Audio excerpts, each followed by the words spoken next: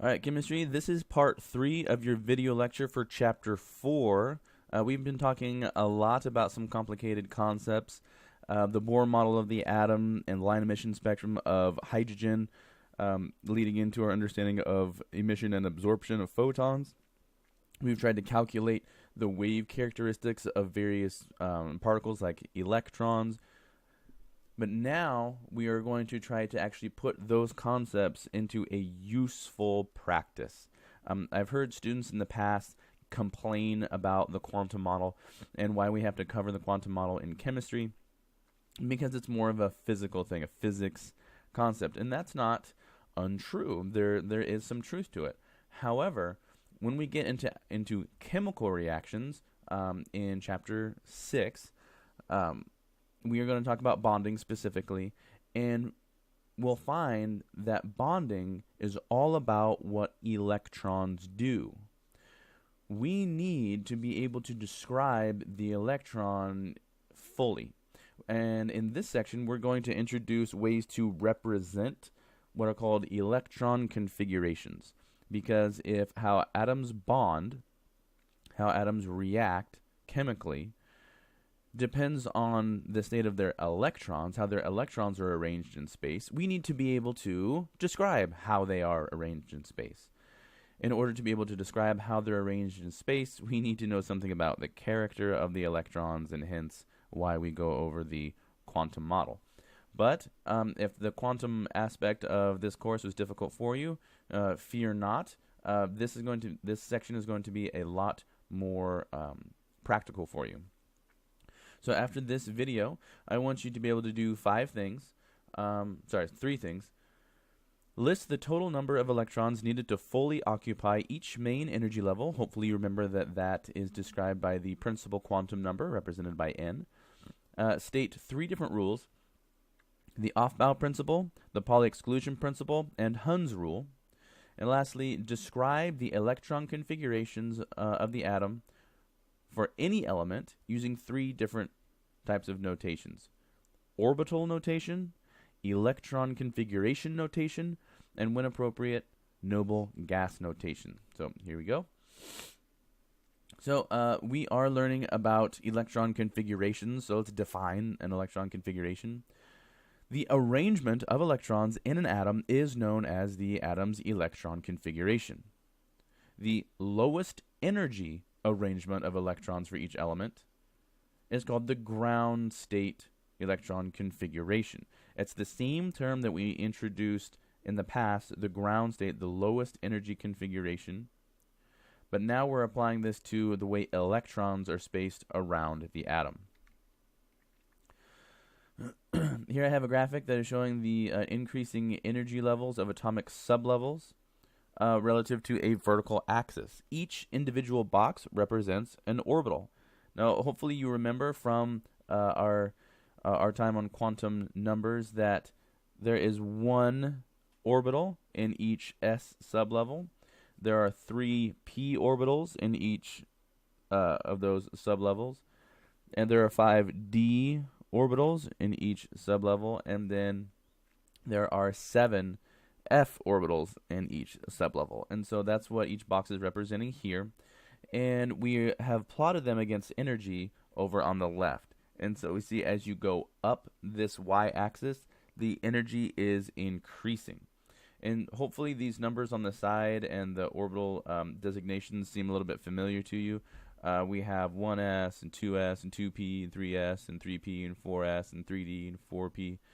Now, those might not seem like they have a particular order, and how they build up in increasing energy maybe might not seem super fluid. So we have a 1s with no p, d, or f.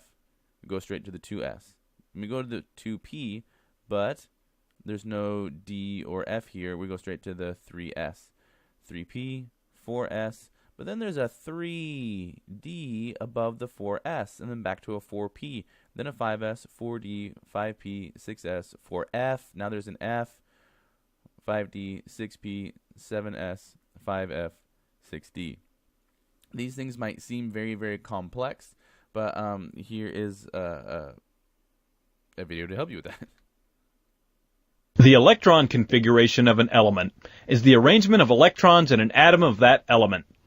For example, the electron configuration of sodium is 1s2, 2s2, 2p6, 3s1. This orbital diagram shows you which orbitals are filled in the atom. For example, sodium has 2 electrons in the 1s orbital, 2 electrons in the 2s orbital, 2 electrons in each of the 2p orbitals, and 1 electron in the 3s orbital. The electrons can be represented by arrows pointing up or down. The sequence for writing an electron configuration usually follows the order shown in this diagram. Each s orbital can hold 2 electrons. Each group of 3 p orbitals can hold 6 electrons. Each group of 5 d orbitals can hold 10 electrons. And each group of 7 f orbitals can hold 14 electrons. By filling in the orbitals one at a time, electron configurations can be determined for most elements.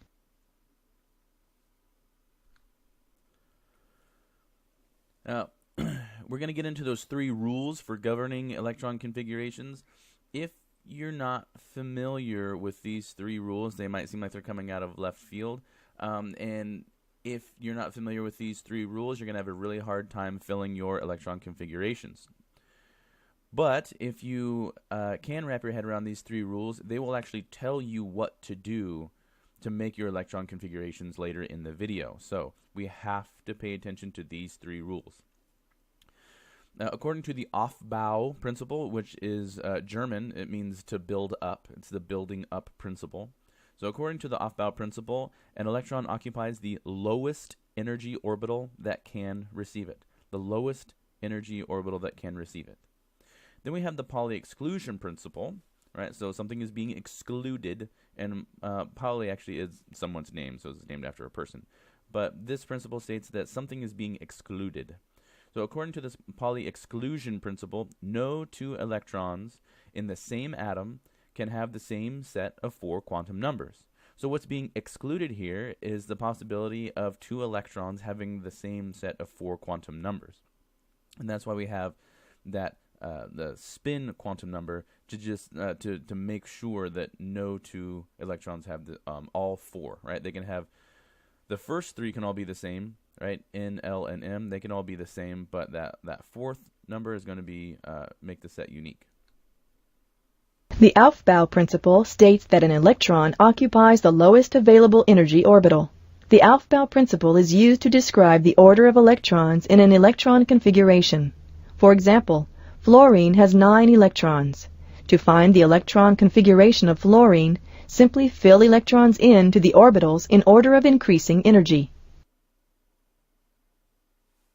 First, fill the 1s orbital, then the 2s orbital,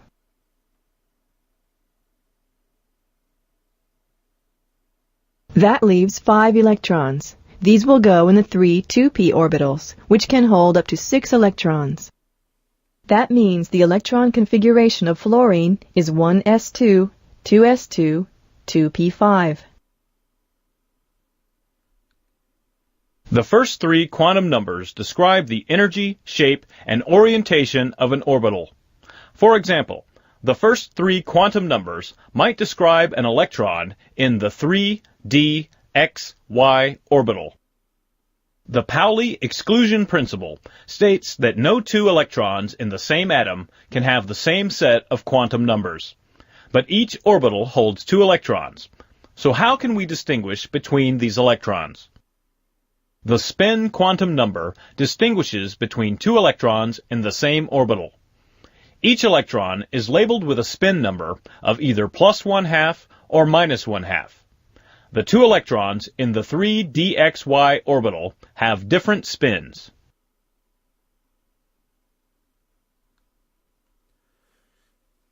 So that's 2 out of our 3 rules. We need one more, and we're going to call it Hund's rule, which again is named after a person. According to Hund's rule, orbitals of equal energy are each occupied by 1 electron before any orbital is occupied by a second electron. And all the electrons in singly occupied orbitals must have the same spin state.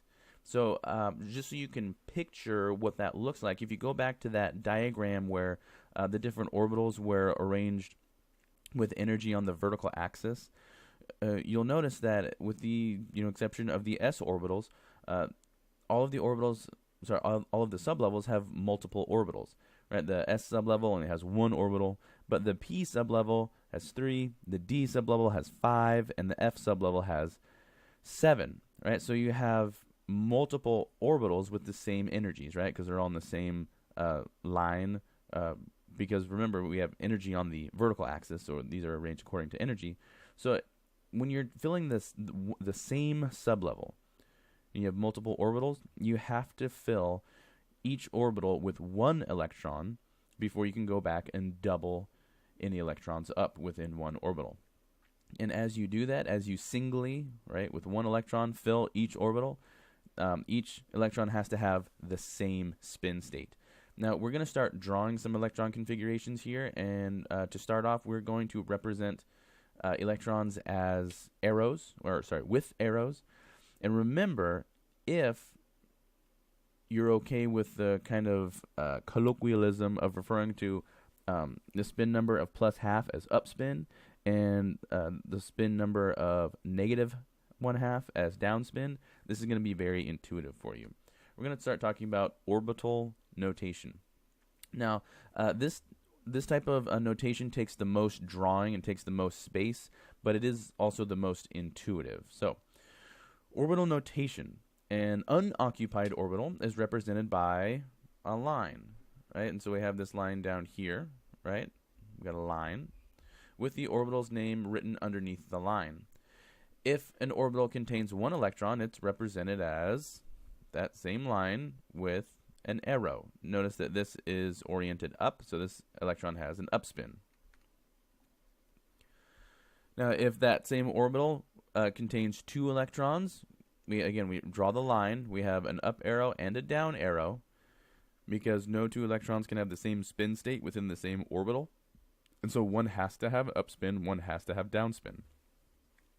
The lines are labeled with the principal quantum number and the sublevel letter. For example, the orbital notation for helium is written as follows. So this is helium. Okay, it's not necessary that you actually write the HE. We're just trying to indicate that this is helium. This is the 1s orbital. Helium only has electrons in the 1s orbital. It has 2 electrons in the 1s orbital, so we'll have to represent 1 electron as upspin, 1 electron as having downspin. Electron configuration can be indicated by orbital notation. In orbital notation, an unoccupied orbital is represented by a line. The lines are labeled with the principal quantum number and sublevel letter. An orbital containing 1 electron is represented by a line with 1 arrow pointing up. An orbital containing 2 electrons is represented by a line with 2 opposed arrows, showing the electrons paired and with opposite spin. Look at the superscripts for each orbital in the electron configuration. The superscripts indicate the number of electrons in a given orbital. We add arrows to show these electrons. Once all the electrons have been placed, the orbital notation is complete.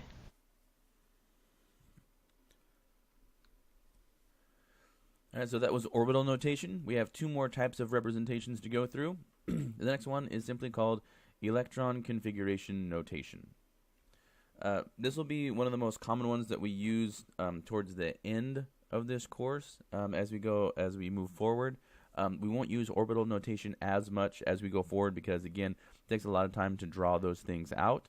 But it is very, very useful for understanding the concept. It'll really start to make sense. You'll really start to see the pattern by using orbital notation. But when we say electron configuration in the future, most likely we'll be referring to this type of notation. So electron configuration notation eliminates the lines and arrows of orbital notation, which is handy because it does take up quite a bit of time. Instead, the numbers of electrons in a sublevel is shown by adding a superscript to the sublevel designation, and you actually saw that in some of the robot videos. The helium configuration would be 1s 2, right? And so we're using helium here because we use that as an example for orbital notation. We had a 1s orbital, right? There's just one line, 1s orbital, and there were 2 electrons in it. But with orbital notation, we represented each electron with an arrow. This time, we're not drawing anything. We're simply identifying that there is a 1s orbital, and we're putting 2 electrons in it. So that's why we have the superscript of 2. We'll see later that a p sublevel having 3 orbitals can hold 6 electrons when it's completely full, and we'd represent that as p6, right, with a superscript of 6. D orbitals, since D sublevels have 5 orbitals, right, a D sublevel can hold 10, so you might see a D10. F sublevels have 7 orbitals, so they can maximum hold 14, so you would see an F14. So the superscript here, hopefully you see that in the example, the superscript here indicates that there are 2 electrons in helium's 1s orbital. So let's try a sample. The electron configuration of a boron, and if you want to look at your periodic table, you can find exactly where that is. It's atomic number 5. The electron configuration is 1s2, 2s2, 2p1. Right, there's 1 electron in the 2p sublevel. How many electrons are present in an atom of boron? Also, what is the atomic number of boron? And please write the orbital notation for boron. So how would we answer these questions? Well, the number of electrons in a boron atom is equal to the sum of the superscripts in its electron configuration notation. Because remember, those superscripts each represent an electron. So if you need to go back to that previous slide and see those 1s2, 2s2, 2p1, we have a 2, a 2, and a 1. If you add those together, you have 5. So there are 5 electrons. Now, the number of protons is equal to the number of electrons in a neutral atom, and since we still haven't introduced the ion, that's what we're assuming. We're assuming that we have electrically neutral atoms. So we know that boron has 5 protons, and thus has an atomic number of 5. Now, in order to write the orbital notation, we first need to draw the lines that represent the orbitals, and you need to do this first. And so this is the first thing you do when you draw an orbital notation.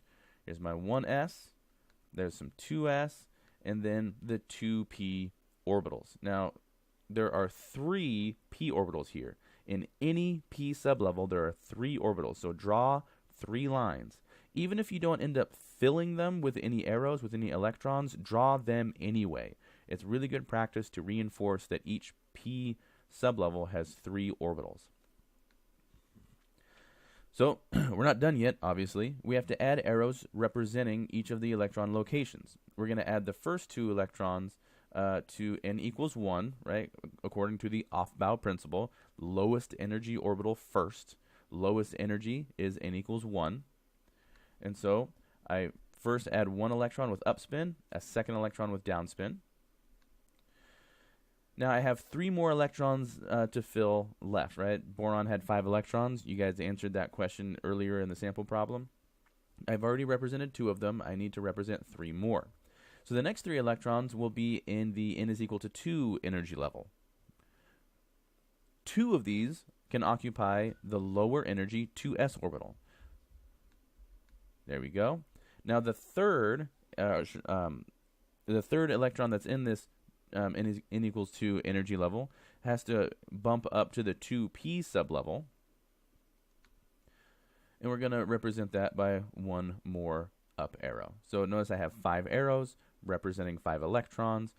In any orbital in which the electrons are paired, they have opposite spins.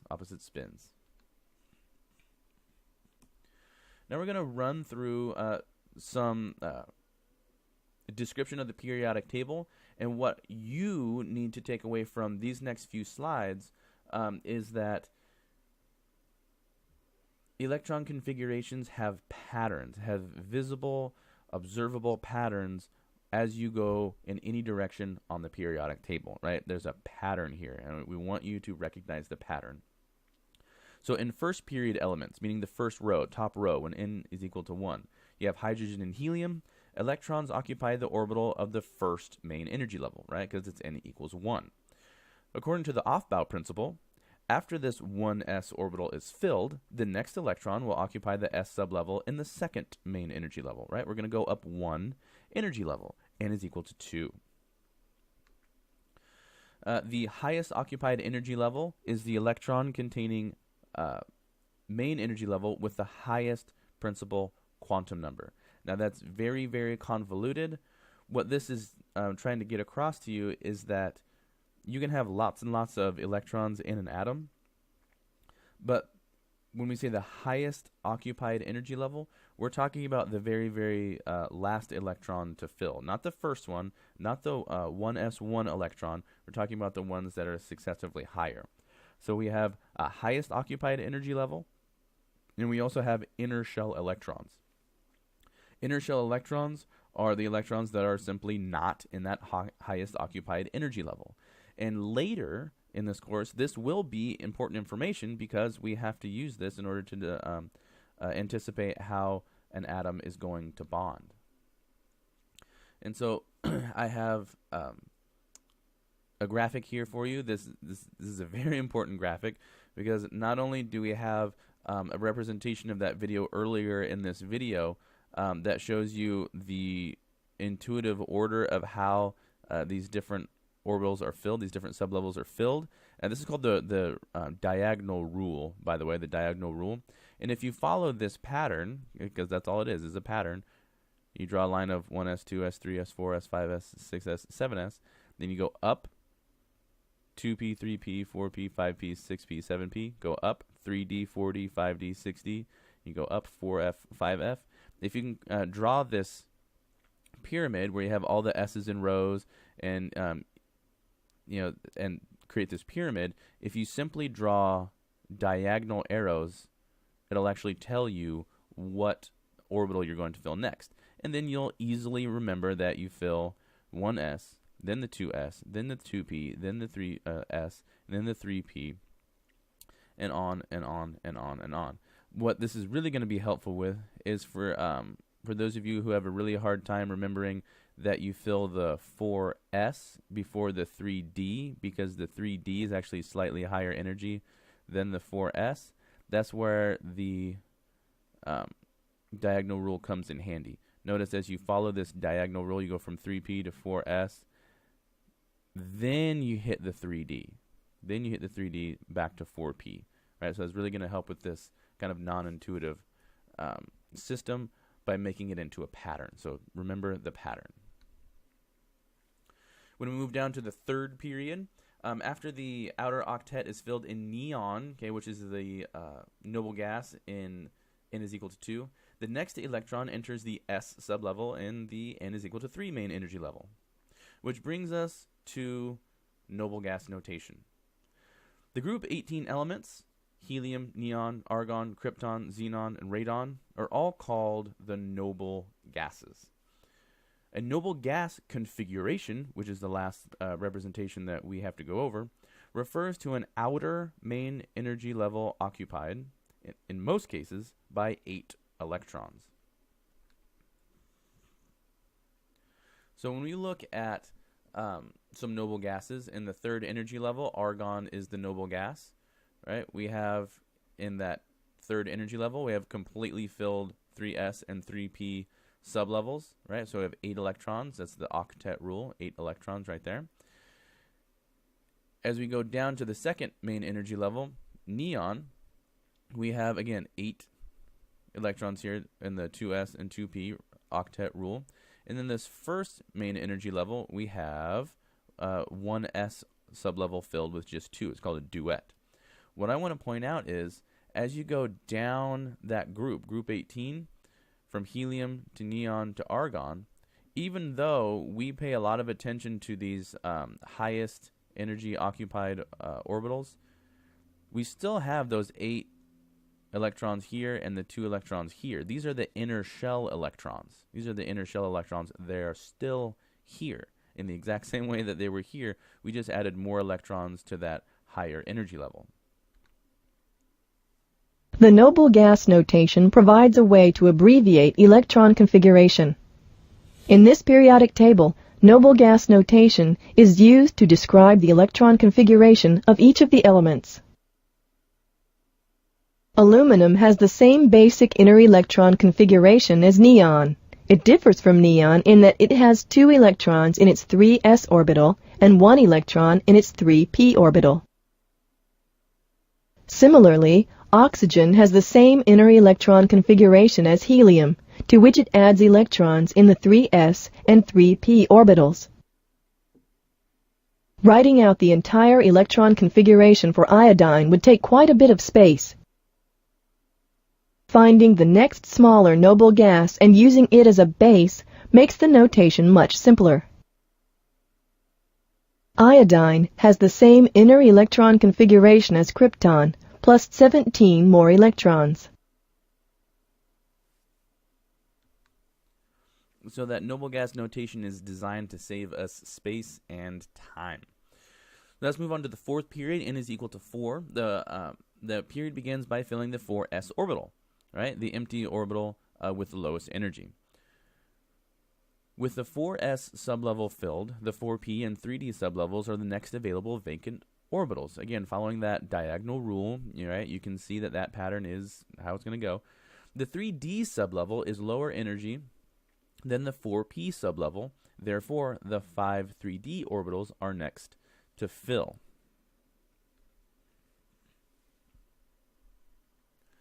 So as we look at these different types of orbital notations, again, trying to understand that when we start with argon, we have all these inner shell electrons plus our outer 8, highest occupied energy level.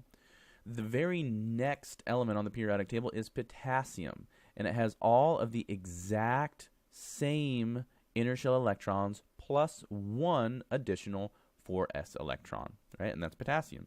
And so it actually makes it very, very easy to represent potassium by saying argon 4s1, argon 4s1. So we're identifying that we have all of the electrons present in argon plus a 4s1 electron. Let's try, we got to go through the fifth period first.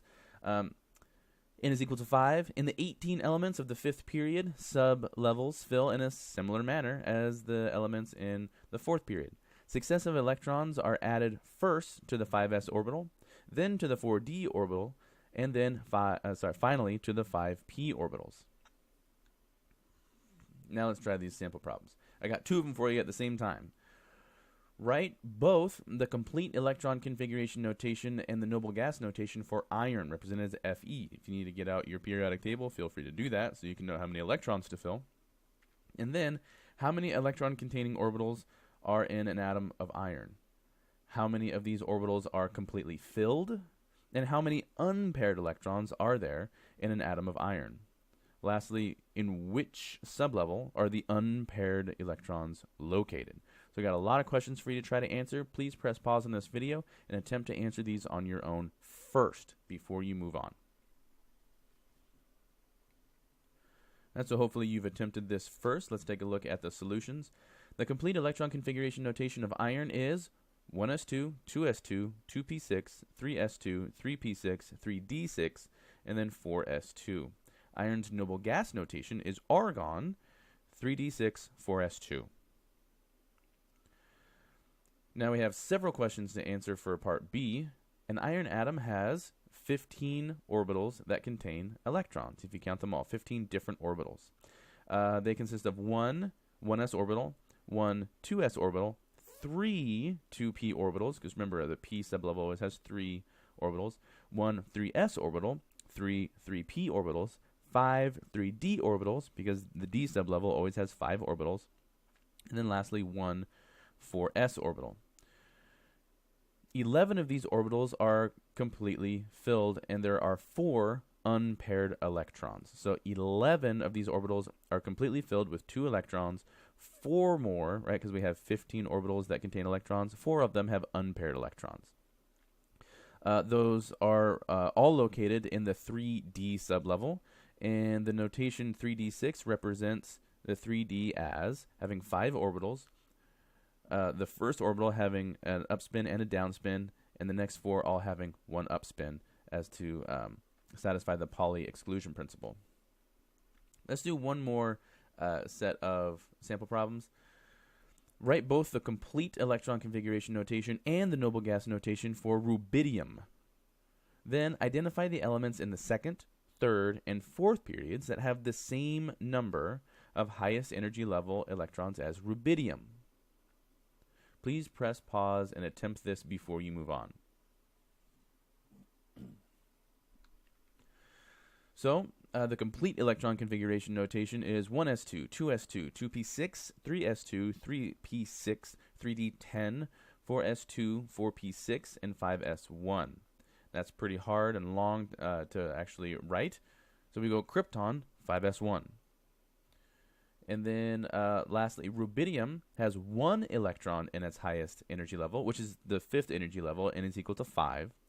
The elements with the same outermost configuration in the second period, lithium only has 1 electron in that higher and then highest energy level.